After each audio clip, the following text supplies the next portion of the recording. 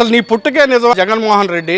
ఒక పక్క మీ నాన్న చచ్చిపోయి అక్కడ పావురాల గుట్టలో అవయవాలు దొరకట్లేదంటే నువ్వు ఇక్కడేమో ఒక చిన్న ఏడుపు మొహం పెట్టి అంతకాలు సేకరణ చేసావయా. నువ్వయా మా నాయకుడి గురించి మాట్లాడేది? కల్తీ నెయ్యి ఆవు ఎటువంటిదయా? చక్కటి గడ్డి తిని స్వచ్ఛమైన పాలను అందిస్తుంది. అటువంటి ఆవును కూడా నువ్వు కించపరిచి మాట్లాడుతున్నావంటే నీకు హిందూయిజం మీద ఉన్నటువంటి ఎంత వ్యతిరేకత ఈ రోజు రాష్ట్ర ప్రజలందరికీ తెలుస్తా ఉంది. హిందువులంతా కూడా ఆవుని చాలా గొప్ప పవిత్ర హృదయంతో కొలుస్తారు.